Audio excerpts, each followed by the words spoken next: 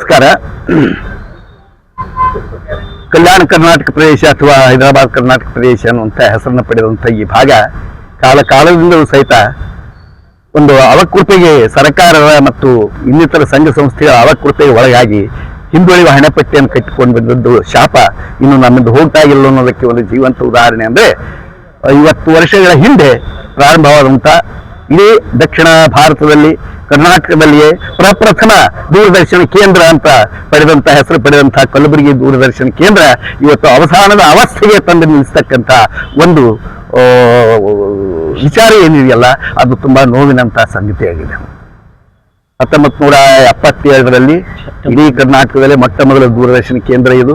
ಈ ಭಾಗದ ಜಾನಪದ ಕಲೆ, ಸಂಗೀತ, ಇತಿಹಾಸ, ಸಾಹಿತ್ಯ, ನಾಟಕ ಇತ್ಯಾದಿಗಳಿಗೆ ತನ್ನದೇ ಆದಂಥ ಕೊಡುಗೆಯನ್ನ ಕಾಣಿಕೆಯನ್ನು ಕೊಟ್ಟು ಈ ಭಾಗದ ಸೃಜನಶೀಲತೆಗೆ ವಿಕಾಸಕ್ಕೆ ಅನುಕೂಲವನ್ನು ಮಾಡಿಕೊಟ್ಟಂಥ ಈ ಕೇಂದ್ರ ನಮ್ಮ ಭಾಗದ ಆಸ್ತಿ. ಅದು ಈ ಆಸ್ತಿ ಇವತ್ತು ದೂರದರ್ಶನವಾಗಲಿ ಆಕಾಶವಾಣಿ ಆಗಲಿ ಇವೆರಡರಿಂದ ಜನರ ವ್ಯಕ್ತಿತ್ವ ನಿರ್ಮಾಣವಾಗ್ತದೆ. ಆ ವ್ಯಕ್ತಿತ್ವ ನಿರ್ಮಾಣಕ್ಕೆ ಧಕ್ಕೆ ಬಂದಾಗ ಮನುಷ್ಯನಾಗಿ ಉಳಿಯೋದಿಲ್ಲ, ರಾಕ್ಷಸನಾಗ್ತಾನೆ. ಆ ರಾಕ್ಷಸಿ ಮನೋಭಾವದಿಂದ ನಾವು ಹೊರಗೆ ತರಬೇಕಾದ್ರೆ ಇಂಥ ಪಠ್ಯೇತರವಾದಂಥ ಸೃಜನೇತರವಾದಂಥ ವಿಚಾರಗಳನ್ನು ಕೊಡೋದಕ್ಕೆ ಈ ಮಾಧ್ಯಮಗಳು ದೂರದರ್ಶನಗಳು ತಮ್ಮದೇ ಆದಂಥ ಕೊಡುಗೆಯನ್ನು ಕೊಟ್ಟಿವೆ. ಆ ಹಿನ್ನೆಲೆಯಲ್ಲಿ ನಮಗೆ ಬೇಕು ಅನ್ನೋದು ಈ ಕಾರಣಕ್ಕಾಗಿ ನಾವು ಹೊಸದನ್ನು ಬೇಡ್ತಾ ಇಲ್ಲ. ನಮಗೆ ಕೊಟ್ಟದ್ದನ್ನ ಉಳಿಸಿ ಬೆಳೆಸಿ ಅದನ್ನೇ ನಾವು ಕೇಳ್ತಾ ಇರೋದು.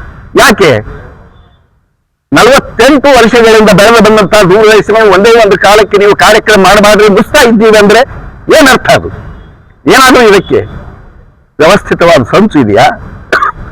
ಈ ಭಾಗ ಬೆಳೆಯೋದಕ್ಕೆ ಯಾರಿಗೂ ಏನಂತಂದ್ರೆ ಆಸಕ್ತಿ ಅಲ್ವಾ?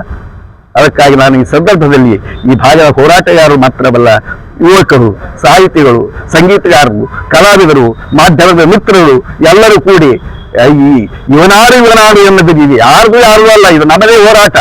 ನಮ್ಮ ಭಾಗದ ಮುಂದಿನ ಪೀಳಿಗೆಗೆ ನಾವು ಮಾಡಬೇಕಾದಂಥ ಹೋರಾಟ ಇದು. ನಮ್ಮದನ್ನ ನಮಗೆ ಕೊಡಿ ಅನ್ನುವಂತಹ ಹೋರಾಟ ಮಾತ್ರ ಇದು. ಯಾವ ಸರ್ಕಾರದ ವಿರುದ್ಧ ಅಲ್ಲ. ಅದಕ್ಕೆ ರಾಜ್ಯ ಮತ್ತು ಕೇಂದ್ರ ಸರ್ಕಾರಗಳು ಸಂಪೂರ್ಣವಾಗಿ, ಮುಖ್ಯವಾಗಿ ನಮ್ಮ ಈ ಭಾಗದ ಸಂಸದರು, ಶಾಸಕರು ಮತ್ತು ಉಸ್ತುವಾರಿ ಸಚಿವರಂತ ಮಾನ್ಯ ಶ್ರೀ ಪ್ರಿಯಾಂಕಾ ಖರ್ಗೆ ಅವರಿಗೆ ನಾನು ವಿನಂತಿ ಮಾಡಿಕೊಳ್ತೇನೆ, ತಾವು ಮನಸ್ಸು ಮಾಡಿದರೆ ಈ ಭಾಗಕ್ಕೆ ಅನೇಕ ಸೌಲಭ್ಯಗಳನ್ನು ಕೊಟ್ಟಿದ್ದೀರಿ, ಇವೂ ಸಹಿತ ನಮ್ಮದಾಗಿ ಉಳಿಯತಕ್ಕಂಥ ಒಂದು ಪ್ರಾಮಾಣಿಕ ಪ್ರಯತ್ನ ನಿಮ್ಮ ಕಡೆಯಿಂದ ಆಗಬೇಕು. ಈ ಭಾಗದ ಆಶೋತ್ತರಗಳಿಗೆ ಅನುಕೂಲವಾಗಿ ಈ ದೂರದರ್ಶನ ಕೇಂದ್ರ ಬೆಳಿಬೇಕು. ಅದರ ಸುವರ್ಣ ಮಹೋತ್ಸವವನ್ನು ನಾವೆಲ್ಲರೂ ಆಚರಣೆ ಮಾಡುವಂಥ ಸಂದರ್ಭವನ್ನು ನಾವು ಈ ಭಾಗದ ಜನರಿಗೆ ತಾವು ಒದಗಿಸಿಕೊಡಬೇಕು. ಕಲಬುರಗಿ ಮಾತ್ರವಲ್ಲ, ಈ ಭಾಗದ 7 ಜಿಲ್ಲೆಗಳು ಇದರಿಂದ ಅವಕೃಪೆಗೆ ಒಳಗಾಗ್ತದೆ. ಅನೇಕ ಅವಕಾಶಗಳಿಂದ ನಮ್ಮ ಕಲಾವಿದರು, ನಾಟಕಕಾರರು, ಸಂಗೀತಗಾರರು, ಜಾನಪದ ಕಲಾವಿದರು ಯಾರು ಕರೆಸ್ತಾರೆ? ಬೆಂಗಳೂರು ಯಾರು ಕರೆಸ್ತಾರೆ?